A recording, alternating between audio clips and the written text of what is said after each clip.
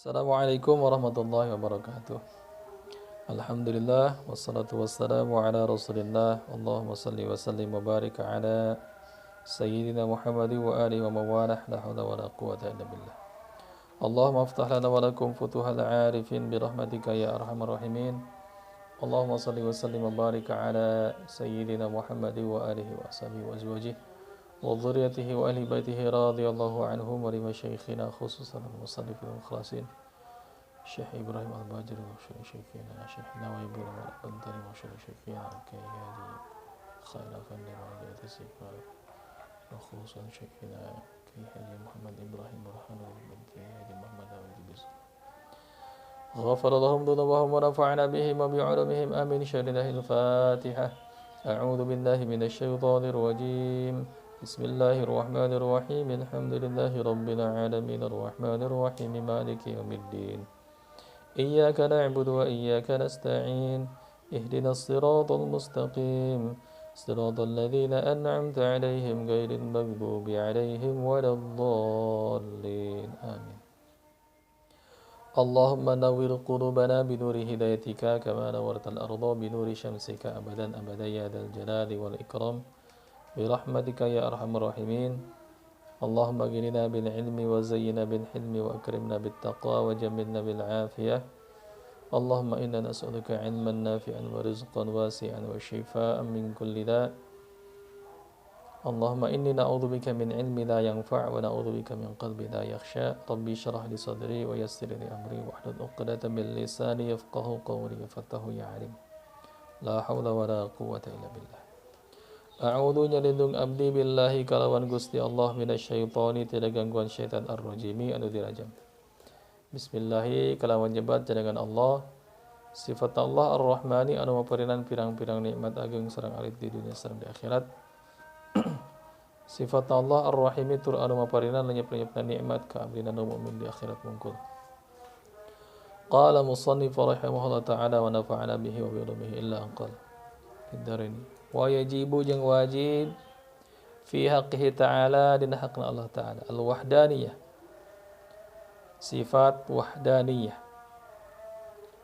al-wahdaniyatu fi dzati wahdaniyat fi dzati dina dzatna wa fi sifati jeung wahdaniyat dina sifatna wa fil af'ali jeung dina pirang-pirang damelna af'alna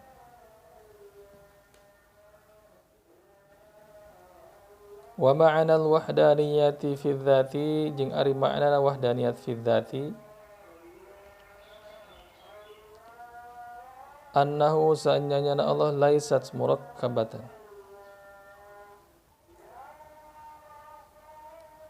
untuk dirangkap-rangkap min ajza'in tina pirang-pirang juz muta'addidatin anu berbilang. Wa ma'nal wahdaniyati fis sifati jeung ari makna wahdaniyat fis sifat tina sifat annahu sanyana Allah laisa lahu sifatani henteu aya pikeun Allah sifatani dua sifat fa aktsara atalwi min jinsin tina jenis wahidin anu hiji ka qudrataini saperti kudrat duanana wa hakadza jeung nya kitu deui walaysa li ghairihi sifatu tusyabihu bi aya lian Allah naon sifat tusyabihu anu nyarupaan sifatahu ta'ala sifatna Allah ta'ala wa ma'na al-wahdaniyati fil af'ali jeung ari makna wahdaniyat fil af'al annahu sa'anyana Allah laisa li ghairihi teu aya pikeun lian Allah fal'un min af'al minal af'al anu bigawe tina pirang-pirang pagawean-pagawean Allah. Nah, kita sampai pada bahasan sifat wahdaniyat. Nah, ini wajib di Allah dan wajib kita iktikadkan bahwa Allah bersifat wahdaniyat. Isinya ada 3. 1 wahdaniyat fi dzati, wahdaniyat dari zatnya, 1 tunggal esa dari zatnya. Yang kedua wahdaniyat fi sifat, sifatnya 1 atau tunggal atau esa sifatnya. Yang ketiga, wahdaniyat fil af'al, tunggal apa yang dikerjakan oleh Allah. Nah, jadi apa namanya, kalimah atau lafaz wahdaniyah ini bukan satu yang terdiri dari angka-angka 1, 2, 3 dan seterusnya, ataupun apa namanya, satu berbilang atau satu berdiri susunan-susunan dari beberapa juz. Misalkan buku di sana ada satu. Nah, satu di sana buku bukan berarti satu utuh, tapi dia isinya itu adalah banyak berlembar-lembar halaman. Paham? Di lemari buku di perpustakaan ada banyak buku. Sebutan buku itu satu, tapi bukunya banyak sekali. Nah, disebut dengan kam munfasil. Kalau kam muttasil, satu buku terdiri dari juz, banyak juz dalamnya. Kalau kam munfasil, di rak buku ada banyak buku. Buku gambar, buku mewarnai, buku sejarah, buku banyak sekali buku-buku. Nanti juznya apa banyak. Nah, misalkan di sini Teteh Aminah misalkan satu orangnya, tapi dia kam muttasil. Teteh Aminah satu, matanya ada dua, telinganya ada dua, apa namanya, tangannya ada dua, kakinya ada dua, jari-jari kakinya ada 10, seperti itu.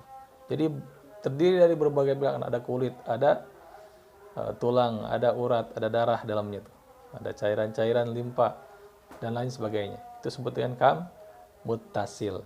Nah, sebutan siswa di sini ada berapa? Di sini ada 20. Kelas to kelas ada 20. Mana siswa itu 20? Oh, berarti siswa bukan satu, banyak. Nah, disebut dengan kam munfasil, banyak siswa-siswa. Paham kira-kira?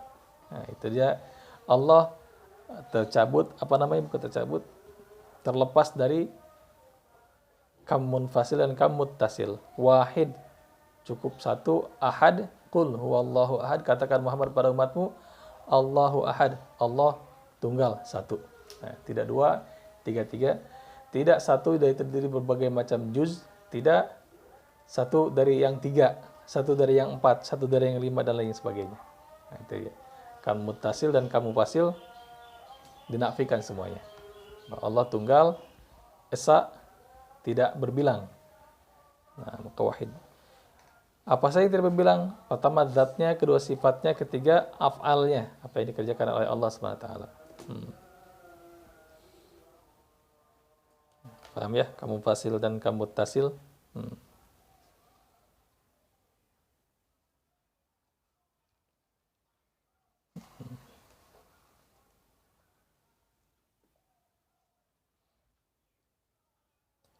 Nah, maksud daripada apa namanya, wahdaniyat fidzat, maka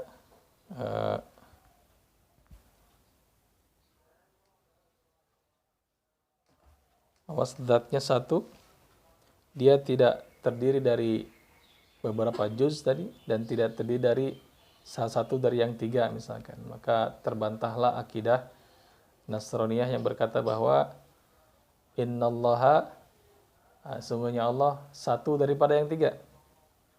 Perwujudan Roh Kudus, Allah Bapa, Tuhan Bapa, dan Yesus. Nah, itu dia. Terbantah apa akidah seperti itu oleh sifat wahdaniyat, Allah tunggal. Nah, jadi apa namanya, mereka mengatakan bahwa Tuhan itu salah satu daripada yang tiga tadi. Disebut Isa atau Yesus Tuhannya bukan. Apa namanya, iya ya Tuhan, tapi dia jelmaan daripada Roh Kudus, jelmaan juga daripada Yesus. Nah, itu dia. Ya, apa? Tuhan Bapa, seperti itu. Jadi ada yang mengatakan bahwa Bunda Maryam diam di mihrab, kemudian bersetubuh dengan Tuhan dan lahirlah Isa. Nah, itu apa? Subhanallah amma yasifun. Subhanallahi amma yasifun. Suci Allah dari yang disifatkan oleh mereka. Maka terbantahlah akidah Nasraniyah atau orang-orang yang mengatakan bahwa Allah itu punya tangan, yadun. Biyadihil khairu wa ala kulli syai'in qadir. Dalam tangannya itu kebaikan, berarti Allah punya tangan.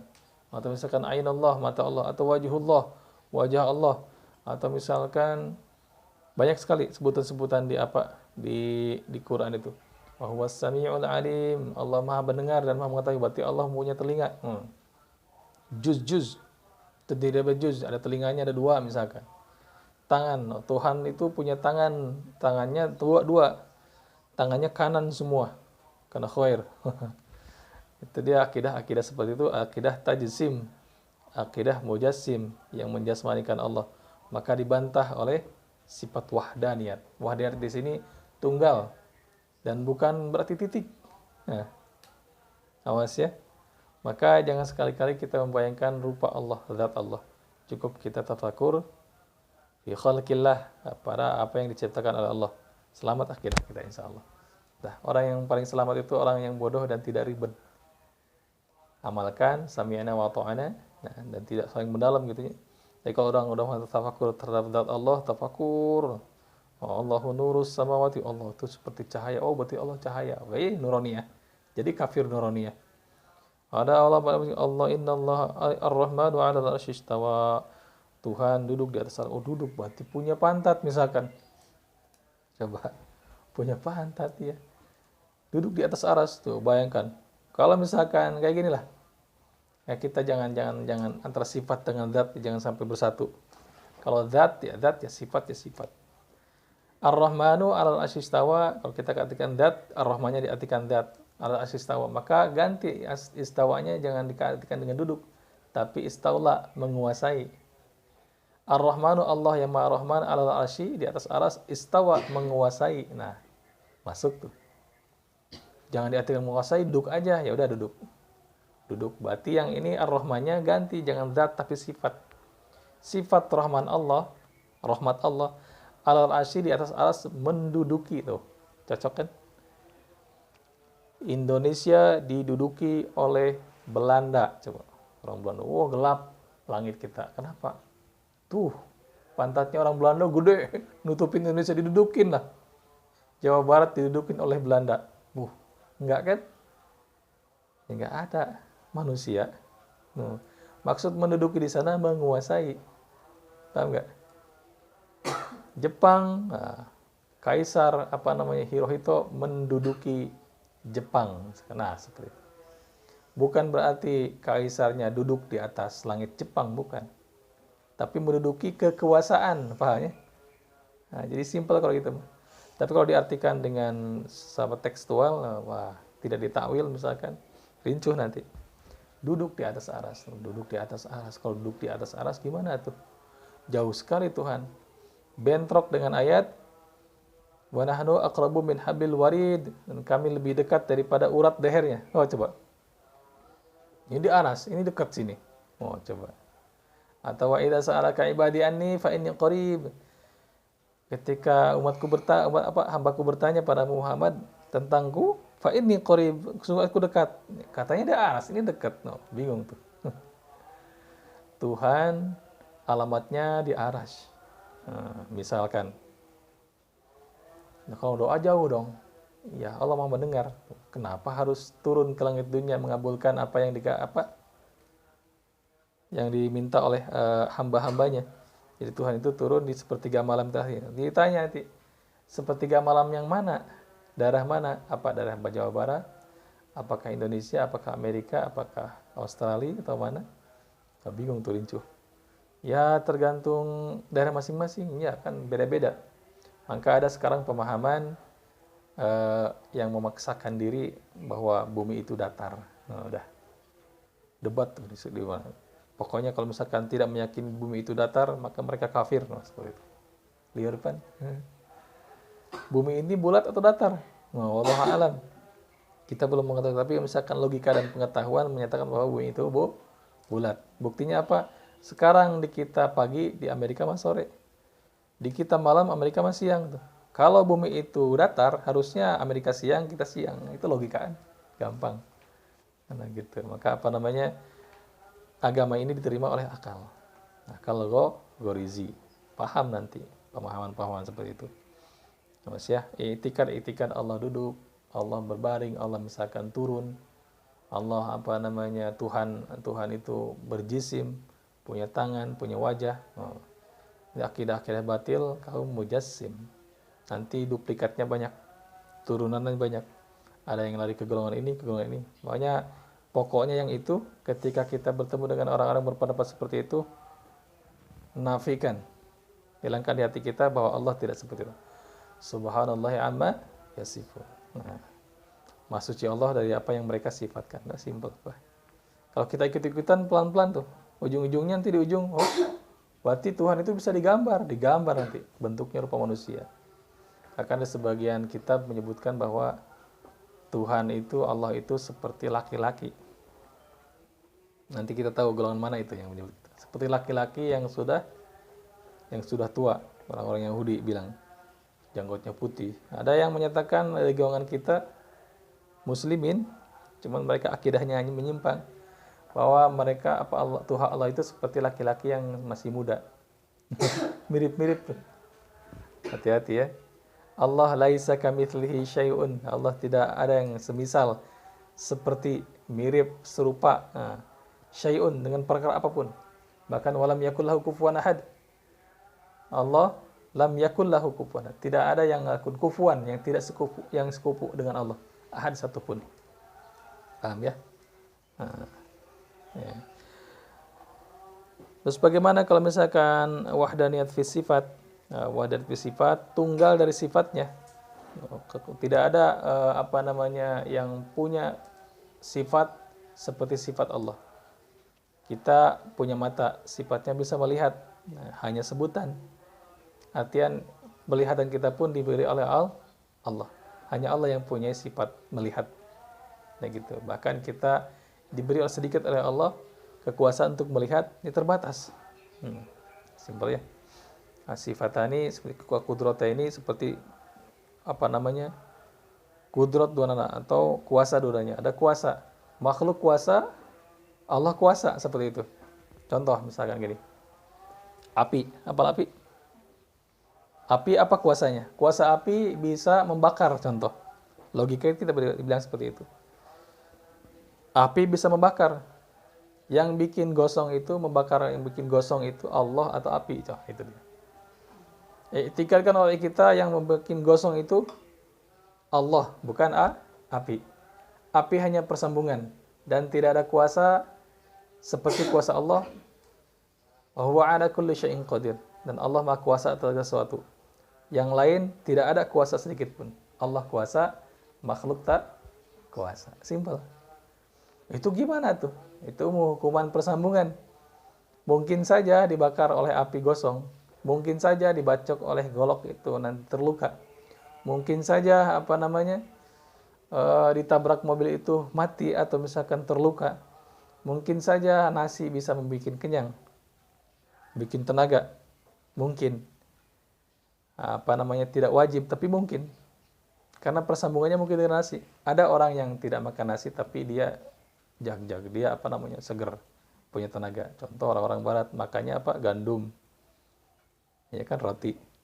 Ada orang-orang yang dibacok pakai golok. Mereka tidak tidak bikin tatu itu terluka.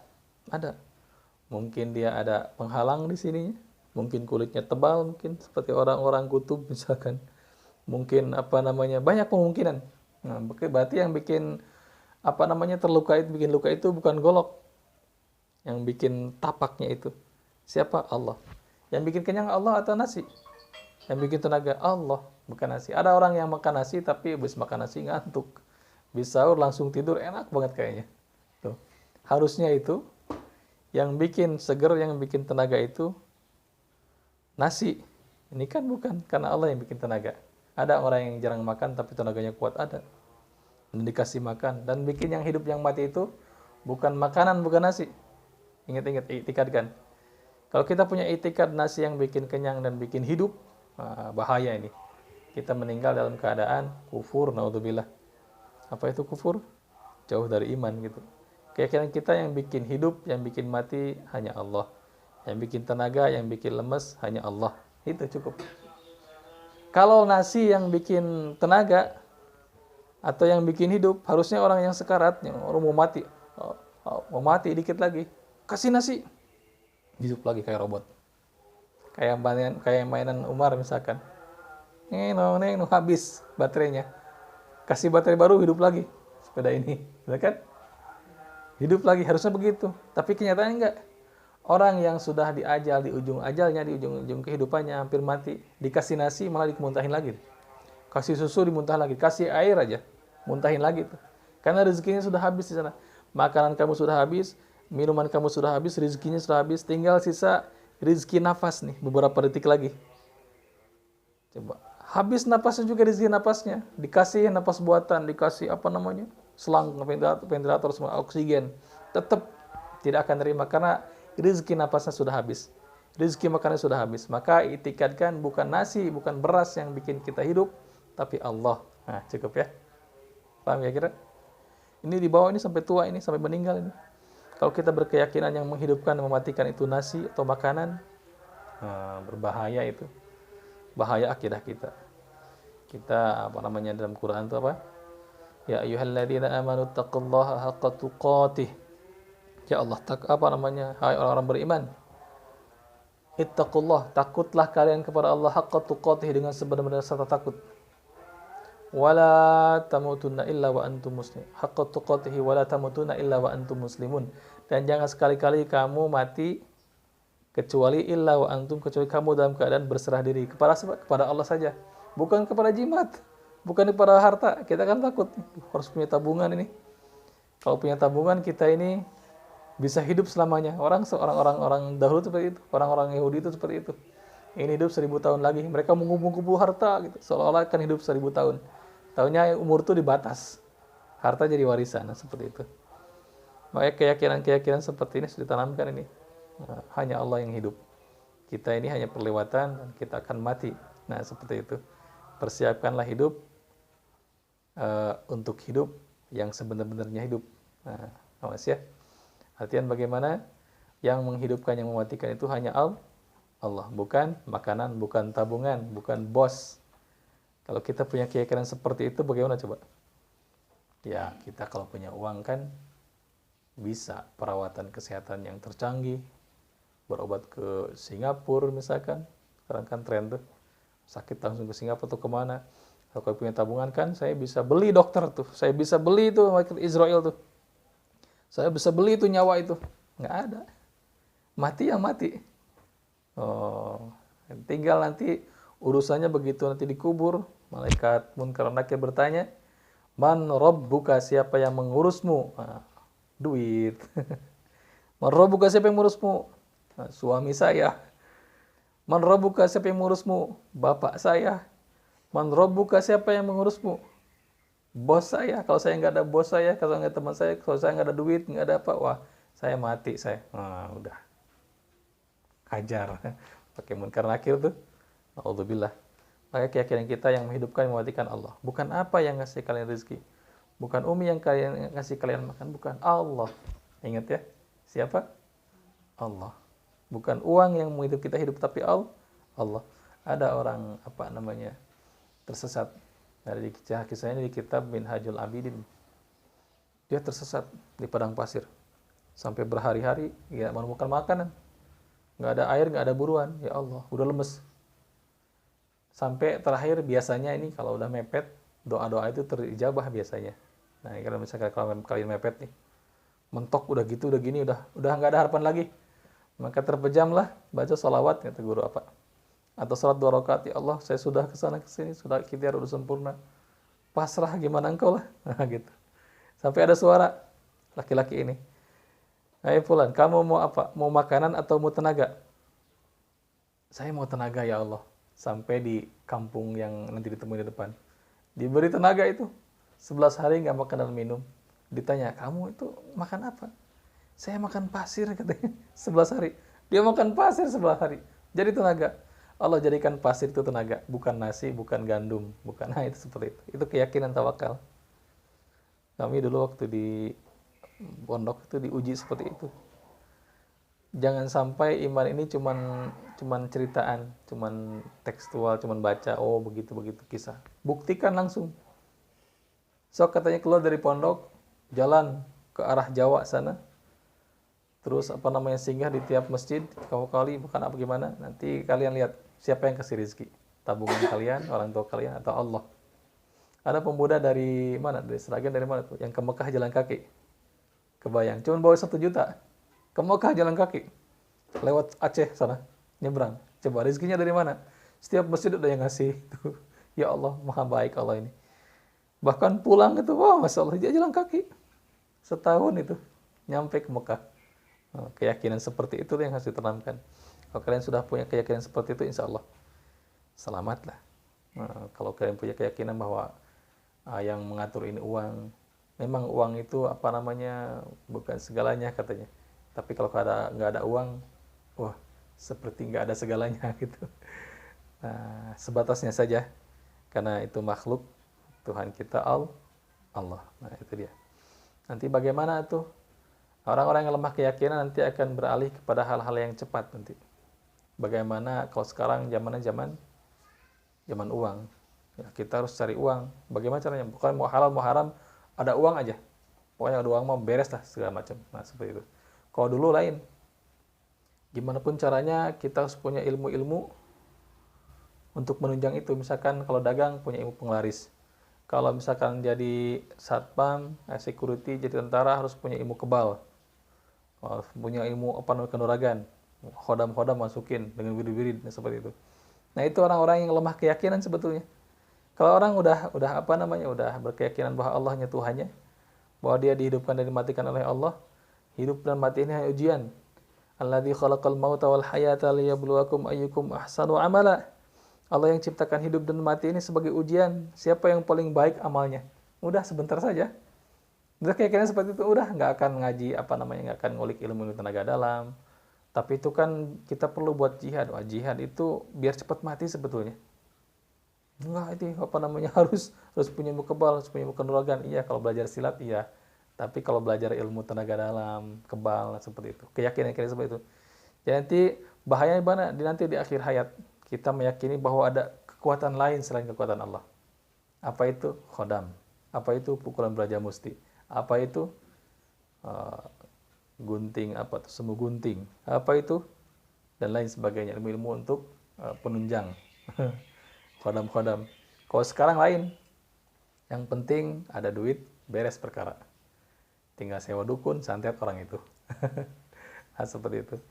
Nah, kalau kita punya keyakinan bahwa Allah Maha Tunggal, Maha Wahdaniyah, yang tidak ada kekuasaan selain kekuasaan Allah, tidak ada yang membuat asar kerja daripada Allah, tidak ada yang membuat gosong selain Allah, tidak ada yang membuat kenyang tenaga selain Allah, maka udah selamat tuh.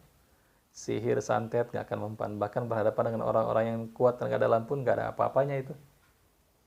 Dulu itu musyrikin Quraisy dan di perang Ahzab itu gabungan dari berbagai macam kabilah. Mereka para dukun-dukun, ahli-ahli sihir.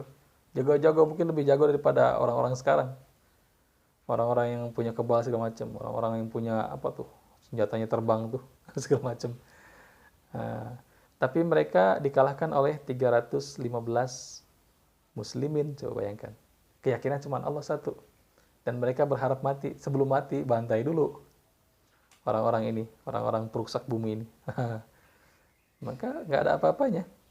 Itulah sebabnya ketika apa namanya, dukun sakti sekali atau seorang yang sakti mandraguna misalkan berhadapan dengan wali Allah, udah nggak ada apa-apanya. Dah. Apa kisah Prabu Ken Santang?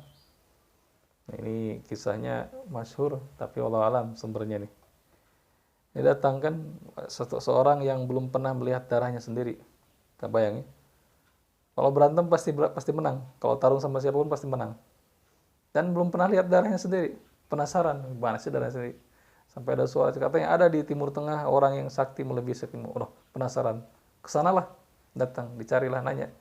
Ini yang ada yang menyebutkan ini Syekh Abdul Qadir Jalani, ada yang menyebutkan ini Ali bin Abi Thalib. Karamallahu wajhah. Beliau ketemu dengan orang ini. Mau bertanya, Fulan bin Fulan yang mana? Oh, sebelum jawab, coba ambil dulu tongkat. Tongkatku ketinggalan di sana. Dia berdiri di atas padang pasir, si tongkatnya itu. Jadi ketinggalan. Diambil lah, dicabut, sampai habis tenaga, keringet keluar semua. Keringet habis, darah keluar. Oh, apa ini merah? Oh, darah ini. Baru lihat darah sendiri. Dilihatnya cuman bismillahirrahmanirrahim, cabut sama yang punyanya. Kayaknya buat kayu dari pasir aja. Nah, seperti itu. Orang-orang yang mengaku dirinya sakti, mandraguna, bisa terbang, bisa menghilang, bisa sekejap melangkah kemanapun. Tapi mereka akidahnya batil, tidak pernah ibadah, dan tidak mengakui bahwa Allah punya kekuatan. Orang-orang ini orang-orang lemah. Setan itu lebih hebat, iblis itu lebih hebat, bisa terbang. Maka kalau misalkan kalian lihat orang yang terbang, orang yang bisa yatiru fil hawa, terbang di atas langit, di atas awan, wa yamshi fil ma, dan berjalan di atas air, maka lihat amal ibadahnya. Kalau dia ahli ibadah, mungkin dia wali Allah.